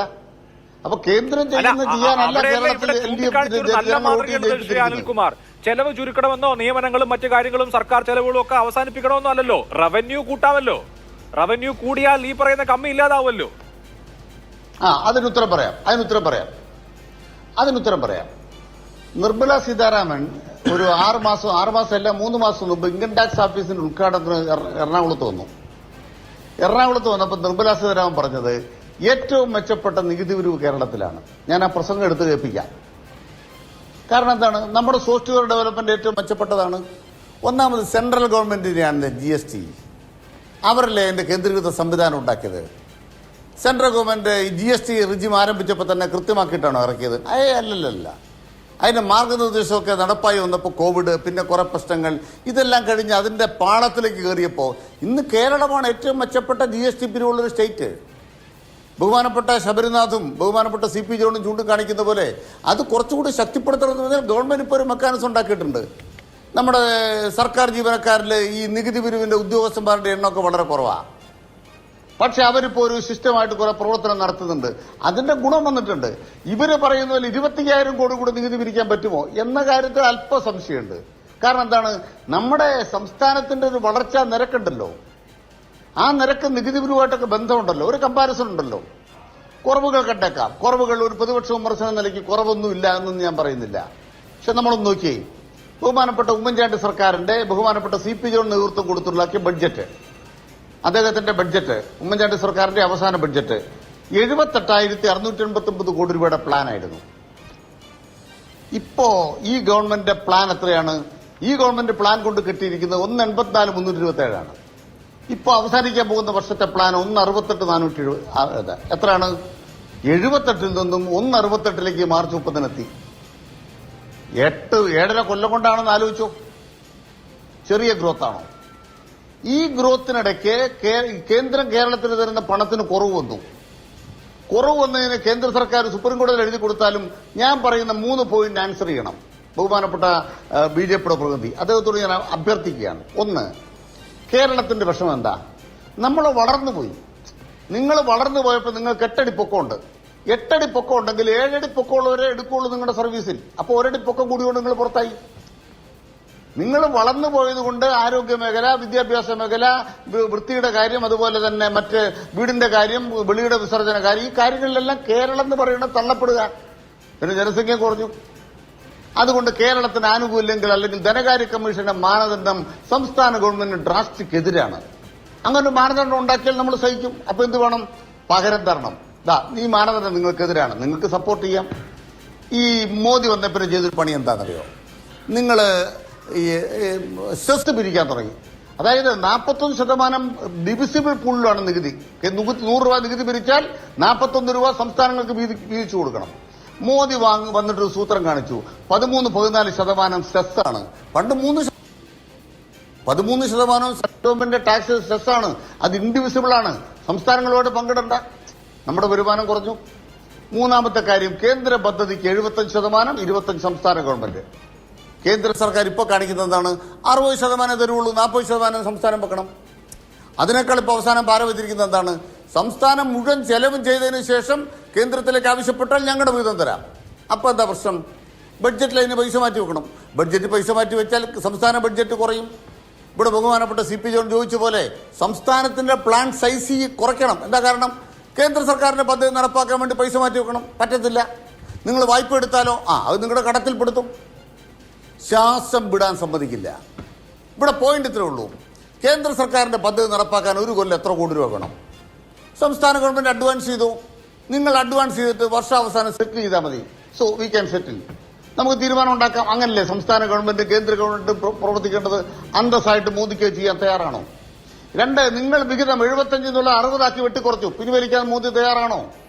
മൂന്നാമത്തെ ചോദ്യം ഞങ്ങൾ ചോദിക്കുന്നത്, സംസ്ഥാന സർക്കാരിന് ധന ഉത്തരവാദിത്ത നിയമപ്രകാരം 3% എടുക്കാം. GDPയുടെ 3% എടുക്കാം. തൽക്കാലം എടുക്ക്. 2 കൊല്ലം കഴിഞ്ഞ് 3 കൊല്ലം കഴിഞ്ഞ് കിബി അടക്കമുള്ള കാര്യങ്ങൾ ഇനി നിയന്ത്രണം ഉണ്ടാവും. പറഞ്ഞു. നമുക്ക് പ്ലാൻ ഉണ്ടാക്കാമല്ലോ. ഇതെന്താ? പാകിസ്ഥാന്റെ കീഴിലൊരു രാജ്യമാണോ കേരളം? അല്ലല്ലോ. ഇന്ത്യയിലെ സംസ്ഥാനമല്ലേ. സംസ്ഥാന ഗവൺമെന്റിന് വേണ്ടി ധാരണ ഉണ്ടാക്കിയ പോരെ. കേന്ദ്രം പറയണം ഇങ്ങനെ ഓഫ് ബഡ്ജറ്റ് ബോറോയിങ് എന്ന് പറയുന്ന ഒരു 3 കൊല്ലം കഴിഞ്ഞ് നടക്കൂല. കോവിഡ് കഴിഞ്ഞു, പ്രളയം കഴിഞ്ഞു, കേരളം ദുരിതത്തിലായിരുന്നു. ശരി, ഒരു 3 കൊല്ലക്കാലം കഴിഞ്ഞാൽ ഇനി രക്ഷയില്ല. അതുകൊണ്ട് 3 കൊല്ലക്കാലം കഴിയുമ്പോൾ നമ്മൾ അങ്ങോട്ട് വാക്ക് കൊടുത്തിരിക്കുകയാണ്. ബഹുമാനപ്പെട്ട ബാലഗോപാല് അദ്ദേഹത്തിന്റെ ആദ്യ ബഡ്ജറ്റിൽ 3.86 ആണ് നമ്മുടെ റവന്യൂ ഡെഫിസിറ്റ് നമ്മുടെ ധനക്കമ്മി. ഇപ്പൊ എത്രയാണ്? 3.6 ഉള്ളൂ. നിർമ്മല സീതാരാമൻ 6.4 നിന്നും 5.8 ആക്കാൻ നോക്കുന്നേ ഉള്ളൂ. നമ്മൾ 5.8 ഒന്നുമല്ല, 3.6 ഇപ്പോൾ ഉള്ളൂ. നമ്മൾ ദൃഢീകരിക്കപ്പെട്ടിരിക്കുന്നു. അതുകൊണ്ട് ബഹുമാനപ്പെട്ട ശബരിനാഥ് പറയുന്ന പോലെ, ബഹുമാനപ്പെട്ട CP ചൂണ്ടിക്കാണിച്ച പോലെ, നികുതി പിരിവിനകത്ത് ശുഷ്കാന്തി വേണമെന്ന് പറഞ്ഞാൽ അക്കാര്യത്തിൽ നമ്മുടെ മെക്കാനിസത്തിന് പരിമിതിയുണ്ട്. കാരണം എന്താണ്? ആകെ 180 ഉദ്യോഗസ്ഥന്മാരാണ് പിരിക്കാനുള്ളത്. ഇത് പഴയ സിസ്റ്റമല്ല. ഇൻസ്പെക്ഷൻ നടക്കുന്നുണ്ട്. പക്ഷേ സ്വർണത്തിന് E-way ബിൽ എന്നുള്ള കാര്യം GSTയിൽ കേന്ദ്രം അംഗീകരിക്കുമോ? കേരളം ആവശ്യപ്പെട്ടു, കേന്ദ്രം അംഗീകരിക്കത്തില്ല. മദ്യത്തിന്റെ കാര്യത്തിൽ ഇവർ പറയണ അത്രയും ശരിയാണെന്ന് എനിക്ക് തോന്നുന്നില്ല. പിന്നെ ബഹുമാനപ്പെട്ട ഹരിദാസ് സാർ പറഞ്ഞപ്പോ കടം കൊണ്ട് കേരളം മുടിഞ്ഞു, വസ്തുതയാണോ? കടം വാങ്ങിയ കാരണത്തിൽ കേരളം 9ാം സ്ഥാനത്തേ ഉള്ളൂ. കേരളത്തെക്കാൾ കൂടുതൽ കടം നിങ്ങൾ ഏറ്റവും കൂടുതൽ പൈസ കൊടുക്കുന്ന UP-ക്കുണ്ട്. പഞ്ചാബ് കഴിഞ്ഞാൽ ഏറ്റവും കൂടുതൽ കടം കേരളത്തിനാണ്. Debt to GSDP ratio. കടത്തിന്റെ സൈസ് മാത്രമല്ലല്ലോ കണക്കാക്കുക. സമ്മതിച്ചു. അപ്പൊ എന്താണ്? ഗ്രോത്തിൽ നമ്മളെ മുമ്പിലാണ്. നമ്മൾ ഗ്രോത്തിൽ നമ്പർ 1 ആണ്. നമ്മൾ വളർന്നുകൊണ്ടിരിക്കുകയാണ്. 2-3 കൊല്ലം സമയം തന്നാ പോരെ? ഈ റേറ്റ് ഓഫ് ഗ്രോത്ത് ഉണ്ടെങ്കിൽ ഒരു മോദിയുടെ സഹായം വേണ്ടല്ലോ. പക്ഷെ ഇപ്പൊ ഇവിടെ വെച്ച് നമ്മളെ പൊളിക്കുകയാണ്. ആ പൊളിക്കുന്നതിനെതിരെ നിൽക്കാൻ കോൺഗ്രസ് ഉണ്ടോ? അതാണ് ബഹുമാനപ്പെട്ട അത് റീപേ ചെയ്യാൻ മാത്രം എന്ത് തരത്തിലുള്ള ഇൻവെസ്റ്റ്മെന്റ് ആണ് നടത്തുന്നത്, കടം വാങ്ങി തുടങ്ങിയവയാണ് അതിലെ മൗലികമായ ചോദ്യങ്ങൾ. ഇവിടെ ശ്രീ ശബരിനാഥ് നോക്കൂ, ഇപ്പോ സംസ്ഥാനത്തെ സംബന്ധിച്ച് സംസ്ഥാനം ഞങ്ങളെ സാമ്പത്തികമായി ഞെരുക്കുന്നു എന്ന് പരാതി പറയുന്നു. കുറെ ദുരന്തങ്ങൾ, അത് 2 തവണ പ്രളയത്തിന്റെ രൂപത്തിൽ, പിന്നീട് കോവിഡ് മഹാമാരിയുടെ രൂപത്തിലൊക്കെ കേരളത്തെ സംബന്ധിച്ച് ഉണ്ടായിട്ടുണ്ട്. എല്ലാ എക്കോണമികളെ സംബന്ധിച്ചും ഇങ്ങനെയൊക്കെയുള്ള ദുരന്തങ്ങൾ പ്രശ്നങ്ങളാണ്. അതൊക്കെ കഴിഞ്ഞ് ഒന്ന് റെഡിയായി വന്നപ്പോഴേക്കാണ് ഈ GST കോമ്പൻസേഷൻ നിർത്തലാവുന്നു, 5 വർഷം പൂർത്തിയാവുന്നതോടുകൂടി. അതിനുശേഷം റവന്യൂ ഡെഫിസിറ്റ് ഗ്രാന്റിന്റെ കാര്യത്തിൽ കുറവുണ്ടാവുന്നു. ഇങ്ങനെ കേരള ഒരു തരത്തിലുള്ള പ്രത്യേക സാഹചര്യത്തിലേക്ക് നീങ്ങുന്നു. അതേസമയം തന്നെ ഇവിടെ സൂചിപ്പിച്ചതുപോലെ ധനമന്ത്രി അദ്ദേഹത്തിന്റെ വാചകങ്ങളിൽ ഫിസ്ക്കൽ കൺസോളിഡേഷനെ കുറിച്ച് പറയുന്നുണ്ട്, കമ്മി കുറയ്ക്കാൻ ശ്രമിക്കുന്നുണ്ട്. ഡെറ്റ് ടു GST റേഷ്യോ 1% കണ്ട് കുറയ്ക്കാൻ വേണ്ടി അദ്ദേഹത്തിന്റെ ശ്രമം ഉണ്ടായി കഴിഞ്ഞ ബജറ്റിൽ. അപ്പോൾ ഇത്തരത്തിലൊക്കെ കാര്യങ്ങൾ ഞങ്ങൾ ചെയ്യുന്നുണ്ട്, പക്ഷെ ഞങ്ങൾക്ക് കുറച്ചുകൂടെ റൂം വേണം, അല്ലാണ്ട് ഇപ്പോൾ ഇത് മാനേജ് ചെയ്ത് കൊണ്ടുപോകാൻ പറ്റില്ല എന്ന ഒരു പ്രശ്നത്തെ അഭിമുഖീകരിക്കണ്ടേ സ്വാഭാവികമായും കേന്ദ്ര സർക്കാർ? ഇല്ല, കേന്ദ്ര സർക്കാരിൻ്റെ ഈ പറഞ്ഞ ഫിസ്ക്കൽ ഫെഡറലിസം ഇഷ്യൂസിനെ കുറിച്ച് ഇവർ പറയുന്നതിന് മുമ്പ് ലോക്സഭയ്ക്കകത്ത് രാജ്യസഭയിലും കോൺഗ്രസിൻ്റെ MP ചിദംബരം അടക്കമുള്ള ആളുകൾ വളരെ ശക്തമായി പറഞ്ഞിട്ടുണ്ട്. നമ്മളിതിൽ പറയുന്ന പ്രധാനപ്പെട്ട പ്രശ്നം കേരളത്തിൻ്റെ ഒരു സാമ്പത്തിക ക്രൈസിസിൻ്റെ 1-ാം പ്രതി ഡെഫിനറ്റ്ലി കേരള ഗവൺമെൻറ്റിൻ്റെ തെറ്റുകളും 2-ാം പ്രതി കൂട്ടുത്തരവാദിത്തമുള്ളത് കേന്ദ്ര സർക്കാരിനുമാണ്. ഇനി ഈ പറയുന്ന വസ്തുനിഷ്ഠമായിട്ട് കാര്യങ്ങൾ പറയുമ്പോൾ നമ്മൾ വെറുതെ പറയുന്നത്, ഇപ്പം ഞാൻ പറയാം, ഒരു GST ഞാൻ ആരെ അനുകൂലിച്ചോ പ്രതികൂലിച്ചോ പറയില്ല. GST കോമ്പൻസേഷൻ സർക്കാർ പറഞ്ഞ എന്താണ്, അന്ന് GST കൗൺസിൽ ഉണ്ടാക്കിയപ്പോൾ 5 വർഷം വരെ നഷ്ടമുണ്ടാകുന്ന സംസ്ഥാനങ്ങൾക്ക് ഒരു 14% ഒരു റേറ്റ് വെച്ചിട്ട് അതിൻ്റെ താഴെ മാത്രം ഇൻക്രീസ് കിട്ടുന്ന സംസ്ഥാനങ്ങളെ സഹായിക്കാമെന്ന് പറഞ്ഞാണ് GST കോമ്പൻസേഷൻ കൊടുത്തത്. ആ 5 വർഷം കഴിഞ്ഞു. 1. 2, ഇവിടെ ശ്രീ അനിൽകുമാർ പറഞ്ഞതിൽ വൈരുദ്ധ്യമുണ്ട്. ഞാനത് ഇപ്പോൾ അനിൽകുമാർ പറയുന്നത് കേരളത്തിൽ നല്ല രീതിയിൽ GST വർധനവ് വരിക എന്ന് പറഞ്ഞു. ഈ കോമ്പൻസേഷൻ കൊടുത്തുകൊണ്ടിരുന്നത് വർധനവ് വരാത്ത ഒരു സമയത്തേക്കായിരുന്നു. അപ്പോൾ സത്യം പറയുകയാണെങ്കിൽ GST കോമ്പൻസേഷനെ നിർത്തലാക്കിയതിനെ ഞാൻ GST കോമ്പൻസേഷനെ നിർത്തലാക്കിയ ഫിലോസഫി എതിർക്കുകയാണ്. പക്ഷെ നിങ്ങൾ പറയുന്ന വാദം അനുസരിച്ച് അത് BJPക്കും കേന്ദ്ര സർക്കാരിനും BJP കോമ്പൻസേഷൻ കൊടുക്കാതിരിക്കേണ്ട ഒരു കാരണമായിട്ട് വരും. കാരണം നിങ്ങൾ പറയുന്നത് നന്നായിട്ട് ഗ്രോ ചെയ്യുന്നുണ്ട്, അപ്പോൾ ഒരു കോമ്പൻസേഷൻ ആവശ്യം എന്താ? നന്നായിട്ട് ഗ്രോ ചെയ്യണമെങ്കിൽ കോമ്പൻസേഷൻ ആവശ്യമില്ലല്ലോ. 1. രണ്ടാമത്തെ റവന്യൂ ഡെഫിസിറ്റ് ഗ്രാൻറ്റിൻ്റെയൊക്കെ ഞാനത് പറയാനാണല്ലോ. ഇതിപ്പോൾ ശ്രീ ഡീൻ കുര്യാക്കോസ് ലോക്സഭയിൽ ചോദിച്ചൊരു ചോദ്യത്തിന് മറുപടി വന്നിട്ടുണ്ട്. അതിനകത്ത് എന്തുമാത്രം ഫണ്ട് RD ഗ്രാൻറ്റിൽ കിട്ടിയിട്ടുണ്ടെന്നുള്ളത് സർക്കാർ പറഞ്ഞിട്ടുണ്ട്. അത് വായിച്ചാലത് മനസ്സിലാക്കും. ഞാൻ പറഞ്ഞു വരുന്നത് കേന്ദ്ര സർക്കാർ ഈ ഫെഡറലിസത്തിനെതിരെ അവർ പ്രവർത്തിക്കുമ്പോൾ നമ്മളത് സാമ്പത്തികമായിട്ടുള്ള കാര്യങ്ങളായാലും അതോടൊപ്പം ഭരണഘടനാപരമായ കാര്യങ്ങളുമായിട്ടാണ് കോൺഗ്രസ് എതിർക്കുന്നത്. 7-ാം തീയതി നാളെ ഞാൻ മനസ്സിലാക്കുന്ന കർണാടക സർക്കാരിൻ്റെ സമരമുണ്ട്. പക്ഷേ അത് കാരണം മാത്രമാണ് കേരളത്തിൽ തകർച്ച ഉണ്ടാകുന്നുള്ളത് ഒരിക്കലും അംഗീകരിക്കാൻ കഴിയുകയില്ല. ഇവിടെ വർദ്ധിച്ച ചെലവും അനാവശ്യമായിട്ടുള്ള ചെലവും പിന്നെ ഇവിടെ ഒരു ഈ സാമ്പത്തിക ഞാൻ പറയട്ടെ കിഫ്ബി 2017 കിഫ്ബി സ്റ്റാർട്ട് ചെയ്തപ്പോൾ ഓഫ് ബഡ്ജറ്റ് ബോറോയിങ് നമ്മുടെ നിലയ്ക്ക് മീതെ വരുമെന്ന് നമ്മളെല്ലാവരും പറഞ്ഞതാണല്ലോ. എത്രയോ പ്രാവശ്യം പറഞ്ഞു. എല്ലാ നിയമസഭയുടെയും ബഡ്ജറ്റ് പാസ്സാക്കുന്ന സഭയ്ക്കകത്ത് ഇതായിരുന്നു ചർച്ച. എത്രയോ MLA അടക്കമുള്ള ആളുകൾ അന്ന് പറഞ്ഞു. അന്നൊക്കെ ശ്രീ തോമസ് ഐസക് ചിരിച്ചതിനെ തള്ളി അദ്ദേഹം വളരെ താത്വികമായി പറഞ്ഞ് എല്ലാവരെയും കൺവിൻസ് ചെയ്തു.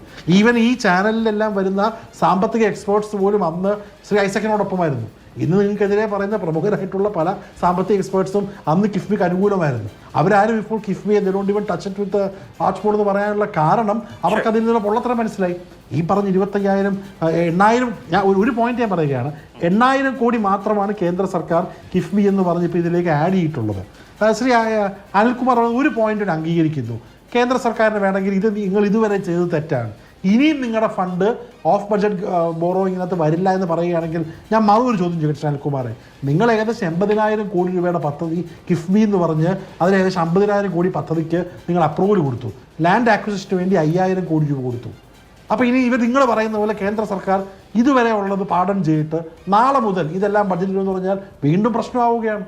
വരും വർഷങ്ങളിൽ കൂടുതൽ ഭാരം. ഇപ്പം 7,000 കോടിയുടെ ഭാരമേ ഉള്ളൂ. ഇത് ഓരോ വർഷം കൂടിക്കൂടി പറഞ്ഞ 80,000 കോടി വരെയുള്ള ഭാരം എത്തുമ്പോഴത്തേക്കും ഒന്നും ചെയ്യാൻ പറ്റത്തില്ല. ഇതുകൊണ്ടാണ് പ്രതിപക്ഷം 2017 മുതൽ ഈ ഓഫ് ബഡ്ജറ്റിംഗ് വഴി പോകല്, അത് അവസാനം നമുക്ക് പണിയായി വരുമെന്ന് പറഞ്ഞത്. എന്തായാലും ഇപ്പോൾ ശരിയായി. ഞാനത് വളരെ പോസിറ്റീവായിട്ട് ചർച്ച കാണുകയാണ്. നമ്മൾ കൂടുതൽ ക്രിയാത്മകമായിട്ട് റവന്യൂ സോഴ്സ് വർദ്ധിപ്പിക്കാൻ ഇപ്പം തന്നെ ഞാൻ ഈ ഫോറിൻ യൂണിവേഴ്സിറ്റീസിൻ്റെ നയത്തിലോട്ടൊന്നും പോകുന്നില്ല. എൻ്റെ അഭിപ്രായത്തിൽ CPM ഒരു യൂണിവേഴ്സിറ്റി സ്റ്റാർട്ട് ചെയ്യുകയാണെങ്കിൽ അത് കൂത്തുപറമ്പ് തന്നെ സ്റ്റാർട്ട് ചെയ്യണം. ഈ എല്ലാവർക്കും മറക്കാൻ വേണ്ടി കൂത്തുപറമ്പ് തന്നെ യൂണിവേഴ്സിറ്റി സ്റ്റാർട്ട് ചെയ്തു, തെറ്റില്ല. പക്ഷെ ഞാൻ പറയുന്നത് നമ്മുടെ മലയാളികളായിട്ടുള്ള ആളുകൾ കഴിഞ്ഞ വർഷം മാത്രം 4,000-ഓളം കുട്ടികളാണ് കേരളം വിട്ടു പഠിക്കാൻ പോയത്. എത്ര അവരുടെ മാനവശേഷി മാത്രമല്ല അത്രയും സാമ്പത്തിക മനസ്സിലാക്കി മാറി. ഈ ഇവിടെ ഫോറിൻ യൂണിവേഴ്സിറ്റികളും അതുപോലെ തന്നെ കൂടുതൽ നിക്ഷേപം ആകർഷിച്ചുകൊണ്ട് കൂടുതൽ ആകർഷകമായ വിധത്തിൽ മികവിന്റെ കേന്ദ്രങ്ങൾ ഉണ്ടാക്കാനുള്ള ശ്രമം നല്ലതല്ലേ? ഇല്ല, അല്ല, ഞാനതിനെ പോസിറ്റീവായി കാണുകയാണ്. അതുകൊണ്ട് നിങ്ങളത് കൂത്തുപറമ്പ് തന്നെ സെറ്റ് ചെയ്യാൻ നല്ലതായിരിക്കും എൻ്റെ അഭിപ്രായം. ശരി, ഓക്കെ, ഞാൻ പറയുകയാണ്. ശരി. KVS ഹരിദാസ്, നോക്കൂ, ഇതിപ്പോ കേരളത്തിൽ മാത്രമുള്ള പ്രശ്നമാണോ? 8-ാം തീയതിയാണ് കേരളത്തിന്റെ സമരം ഡൽഹിയിൽ മുഖ്യമന്ത്രിയും മന്ത്രിമാരും. തൊട്ടു തലേന്ന് 7-ാം തീയതി കർണാടകയുടെ സമരമാണ്. അവിടെ DK ശിവകുമാറും സിദ്ധരാമയ്യൊക്കെ പോവാണ്. ഇനിയിപ്പോൾ കേരളത്തിന്റെ സമരത്തിൽ കേരളം മാത്രമാണോ പങ്കെടുക്കുക? DMK നമ്മുടെ തൊട്ടപ്പുറത്തെ സംസ്ഥാനമാണ് തമിഴ്നാട് ഭരിക്കുന്ന DMK ഇപ്പോൾ TR ബാലു അതിനകത്ത് പങ്കെടുക്കുമെന്ന് വ്യക്തമാക്കി കഴിഞ്ഞു. ഇത് ഈ സഹകരണ ഫെഡറലിസത്തിന്റെ അന്തസത്ത തകർക്കുന്നു എന്നുള്ളത് പ്രതിപക്ഷ സംസ്ഥാനങ്ങൾക്ക് ആകെയുള്ള പരാതിയാണ് എന്നുള്ള കാര്യം നമുക്ക് മറക്കാൻ കഴിയില്ല. അപ്പോൾ സംസ്ഥാനങ്ങൾ വളരെ ആരോഗ്യകരമായ നിലയിൽ നിലനിൽക്കുക, ഒരു സഹകരണാത്മകമായ മനോഭാവം കേന്ദ്രം കാണിക്കുക, ഇതിങ്ങനെ പരസ്പരം കോംപ്ലിമെന്ററി ആയി പോകേണ്ട ഒരു സ്ഥിതിവിശേഷമല്ലേ ഉണ്ടാവേണ്ടത്. അതിനപ്പുറത്ത് വളരെ പ്രകടമായ പ്രതിഷേധത്തിലേക്ക് സംസ്ഥാനങ്ങൾക്ക് പോകേണ്ടി വരുന്നുണ്ടെങ്കിൽ അത് കേവല വാചാടവും മാത്രമല്ല, ഇലക്ഷന്റെ മുമ്പ് വെറുതെ കേന്ദ്രവിരുദ്ധ വർത്തമാനം പറയുന്നത് മാത്രമല്ലല്ലോ. അല്ല അഭിലാഷേ, ഇതിലിപ്പോ കേന്ദ്ര സർക്കാരിൻ്റെ മുമ്പിലുള്ള ആ സ്ഥിതി എന്താ? ഒന്ന് CAGയുടെ റിപ്പോർട്ടുണ്ട്. CAGയുടെ റിപ്പോർട്ട് കേന്ദ്ര സർക്കാരിന് കണ്ടില്ലെന്ന് നടിക്കാൻ പറ്റുമോ? കേരളത്തിലെ സാമ്പത്തിക സ്ഥിതിയെക്കുറിച്ചുള്ള അവലോകനവും പരിശോധനയും കഴിഞ്ഞതിന് ശേഷമുള്ള റിപ്പോർട്ടാണ്. That will be tabled in the parliament. നിങ്ങൾക്കൊക്കെ അറിയാവുന്ന കാര്യമാണ്. അതിൻ്റെ വെളിച്ചത്തിലാണ് ഗവൺമെൻറ് ഒരു നിലപാടെടുക്കുന്നത്. ഈ കണക്കുകൾ മുഴുവൻ CAGയുടെ ഫൈൻഡിങ്സ് ആണ്. ഇപ്പോൾ CAG നരേന്ദ്രമോദിയുടെ ഏജൻസിയാണെന്ന് വേണമെങ്കിൽ ഇവർക്ക് പറയാം. പക്ഷേ അത് സുപ്രീം കോടതിയിൽ പോയി പറഞ്ഞാൽ നടപ്പിലാകുമോ എന്ന് എനിക്കറിയില്ല. അപ്പം അതുകൊണ്ട് നമ്മുടെ മുമ്പിലുള്ളത് വസ്തുതാപരമായ കുറേ കണക്കുകളാണ്. ആ കണക്കുകൾ വച്ചിട്ടാണ് ഗവൺമെൻറ് ഒരു നിലപാടെടുക്കുന്നത്. കടം മേടിക്കേണ്ടെന്ന് ആരും പറഞ്ഞില്ലല്ലോ. കാരണം പല സംസ്ഥാനങ്ങളും കടം പിടിച്ചതിനെ തുടർന്നുണ്ടായ പ്രശ്നങ്ങളിലേക്ക് വിരൽ ചൂണ്ടാൻ ഗവൺമെൻറ് തയ്യാറായി.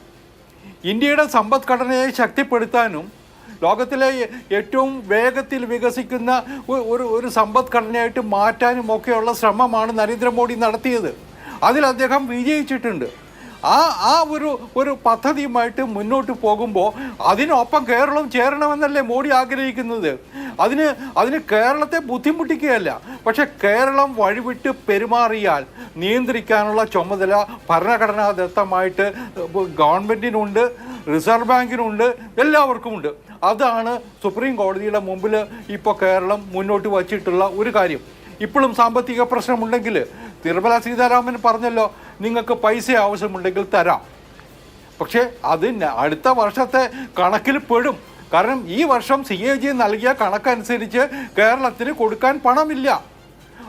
അതൊരു വസ്തുതയല്ലേ?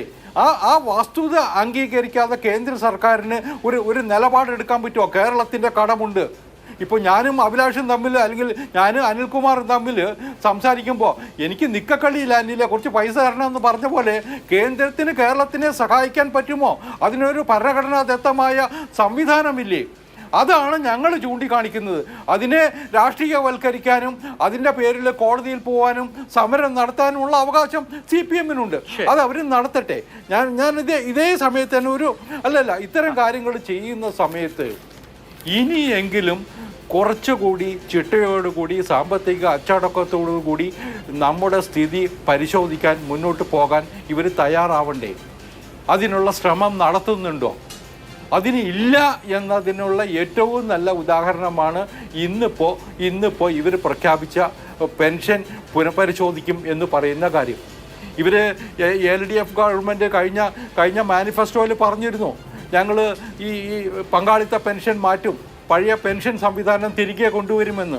സർക്കാർ ഓഫീസുകളിലൊക്കെ പ്രകടനം നടത്തി CPI-ക്കാർ, INTUC-ക്കാരുടെ കോൺഗ്രസിൻ്റെ യൂണിയൻകാർ സമരം നടത്തി പെൻഷൻ തിരിച്ചു കൊണ്ടുവരണമെന്ന് പറഞ്ഞിട്ട്. അന്ന് ഇവർ തിരിഞ്ഞു നിന്നു. ഇപ്പോൾ തെരഞ്ഞെടുപ്പ് വരുമ്പോൾ ആ സർക്കാർ ജീവനക്കാരെ കബളിപ്പിക്കാൻ വേണ്ടിയിട്ടല്ലേ ഒരു കമ്മിറ്റിയെ വെച്ചത്. ഇപ്പോഴത്തെ നിലയ്ക്ക് പെൻഷൻ പഴയ നിലയിലുള്ള പെൻഷനും കൂടി കൊടുക്കേണ്ടി വന്നാൽ ഈ കേരളത്തിൻ്റെ സ്ഥിതി എന്താവും? ഞാൻ ഒരു കണക്കൂടി അഭിലാഷിന്റെ മുമ്പിൽ വച്ചിട്ട് ഞാൻ അവസാനിപ്പിക്കാം. ഇതും പബ്ലിക് ഡൊമൈനിലുള്ള സർക്കാരിൻ്റെ കണക്ക് തന്നെയാണ്. 2012-13 ശമ്പളം ഇനത്തിൽ നമുക്ക് ചിലവാക്കേണ്ടി വന്നത് 17,257 കോടി രൂപയാണ്. 2021 അത് 39,643 കോടി, അതായത് 2 ഇരട്ടി കൂടുതലായി. പെൻഷൻ 8,867 കോടിയായിരുന്നെങ്കിൽ 23,342 കോടിയായി, 3 ഇരട്ടിയായി. ഇങ്ങനെയുള്ള ഒരു സാഹചര്യത്തിൽ ഈ പെൻഷൻ വീണ്ടും പരിഷ്കരിച്ച് ഒന്നില്ലെങ്കിൽ ഇവർ പെൻഷൻ കുറയ്ക്കാൻ തീരുമാനിച്ചു. സ്റ്റാറ്റ്യൂട്ടറി പെൻഷനിലേക്ക് മടങ്ങിപ്പോകും ശ്രമിക്കാതെ പറഞ്ഞില്ല. പുനരാലോചിക്കും പുതിയ ഒരു മാർഗം അഷ്വേർഡ് പെൻഷൻ സ്കീം എന്നുള്ളതേ ഉള്ളൂ. സ്റ്റാറ്റ്യൂട്ടറി പെൻഷനിലേക്ക് മടങ്ങിപ്പോകും എന്ന് പറയാൻ എന്തായാലും സർക്കാർ തയ്യാറായിട്ടില്ല. എനിക്കൊരു ഇടവേള വേണം. ഇടവേളയ്ക്ക് ശേഷം മടങ്ങിയെത്താം. ചർച്ച അവസാന ഘട്ടത്തിലേക്കാണ്. ശ്രീ അനിൽകുമാർ, ഇനി നമ്മൾ ഈ ക്ഷേമ പരിപാടികളെ കുറിച്ചൊന്ന് സംസാരിച്ചാലോ? നോക്കൂ, എല്ലാ വർഷവും 100 രൂപ വീതം ക്ഷേമ പെൻഷൻ കൂട്ടി വന്നിരുന്ന ഒരു കാലം LDF സർക്കാരിനുണ്ടായിരുന്നു. ആ കാലം അവസാനിച്ചിരിക്കുന്നു. ക്ഷേമ പെൻഷൻ കൂട്ടിയിട്ടില്ലെന്ന് മാത്രമല്ല, അത് ഇപ്പോൾ കുടിശ്ശികയാണ്, സമയബന്ധിതമായി കൊടുക്കാൻ ശ്രമിക്കും എന്നൊരു പരാമർശം മാത്രമേ ഉള്ളൂ. റബ്ബറിന്റെ താങ്ങുവില 250 ആക്കണം എന്ന ആവശ്യമുള്ളിടത്ത് 10 രൂപ കൂട്ടി 180 രൂപയാക്കാനേ പറ്റിയിട്ടുള്ളൂ. വിപണി ഇടപെടലിന് നോക്കിപ്പോൾ സപ്ലൈകോ വിലക്കയറ്റം ഒരു പ്രധാനപ്പെട്ട കാര്യമാണ്. വിപണി ഇടപെടലിന് ഒരൊറ്റ പൈസ നീക്കി വെച്ചിട്ടില്ല. ഇപ്പോൾ സപ്ലൈകോ എംപ്ലോയീസിന്റെ AITUC യൂണിയൻ തന്നെ പരസ്യമായി പ്രതികരണവുമായി രംഗത്ത് വന്നിരിക്കുകയാണ്. ഇപ്പോൾ മന്ത്രി അടക്കമുള്ള ആളുകൾക്ക് ഇക്കാര്യത്തിൽ പ്രതിഷേധമുണ്ട് എന്ന് പറയുന്നു. അത് പക്ഷേ നമുക്ക് ഓൺ റെക്കോർഡ് പറയാൻ പറ്റുന്ന കാര്യമല്ലല്ലോ. ഇങ്ങനെ ഇത്തരത്തിൽ സാധാരണ നിലയിൽ ഇടതുപക്ഷത്തിന്റെ മുഖമുദ്ര എന്ന് വിശേഷിപ്പിക്കാൻ കഴിയുന്ന കാര്യങ്ങളിൽ പോലും ചെലവ് ചെയ്യാൻ കഴിയാത്ത വിധത്തിൽ എന്താണ് സംഭവിക്കുന്നത്?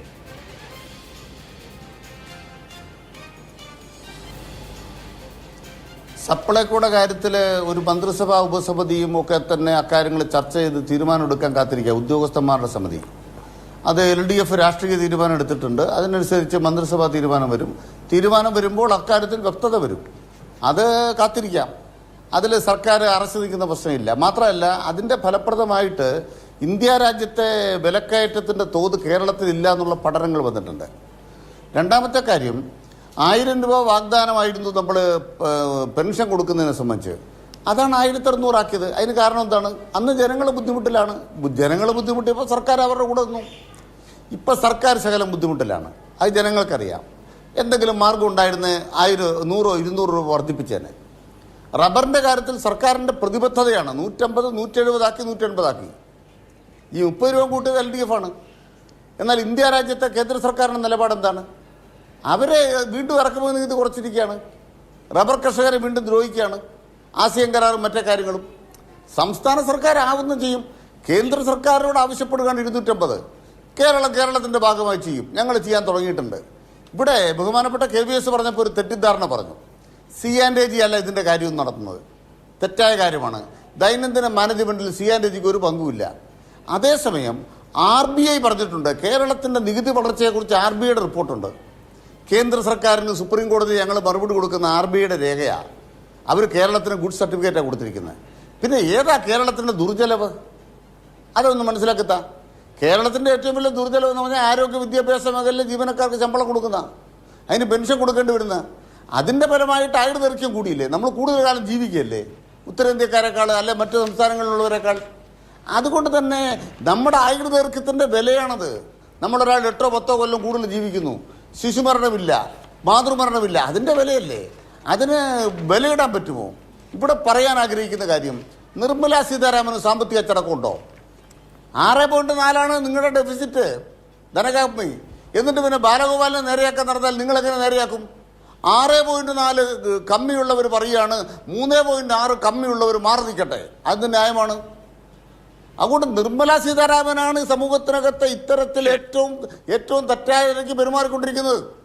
കടം വാങ്ങിച്ച് മുടിഞ്ഞുകൊണ്ടിരിക്കുന്നത്, ഇന്ത്യയെ തകർത്തുകൊണ്ടിരിക്കുന്നത്. എന്നിട്ട് നിങ്ങൾ അദാനിയെ വളർത്തിക്കൊണ്ടിരിക്കുന്നു. നിങ്ങളുടെ ഏറ്റവും വലിയ നേട്ടം എന്താണ്? അദാനി ലോകത്തെ 1ാമത്തെ സമ്പന്നനായി. അതാരും പറയത്തില്ല. അദാനി പൂജ പറയത്തില്ല. ഞങ്ങൾ പറഞ്ഞുകൊണ്ട് മന്ത്രി പ്രസംഗം ആരംഭിച്ചത് തന്നെ നമ്മളും എല്ലാ പ്രതീക്ഷയും വെച്ചിരിക്കുന്നത് ഈ അദാനിയുടെ പുറത്താണെന്ന് എനിക്ക് തോന്നുന്നത്. അതിനുശേഷമാണ് ഈ 10,000 കോടി എടുത്ത് ഡെവലപ്മെന്റ് അഭിലാഷിന് തെറ്റി. ഒരു മിനിറ്റ്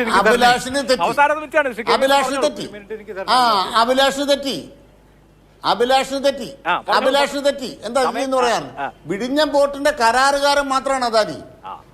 വിഴിഞ്ഞം പോർട്ടിന്റെ കരാറുകാരൻ മാത്രമാണ് അദാനി. വിഴിഞ്ഞം പോർട്ട് കേരള സർക്കാരിന്റെയാ.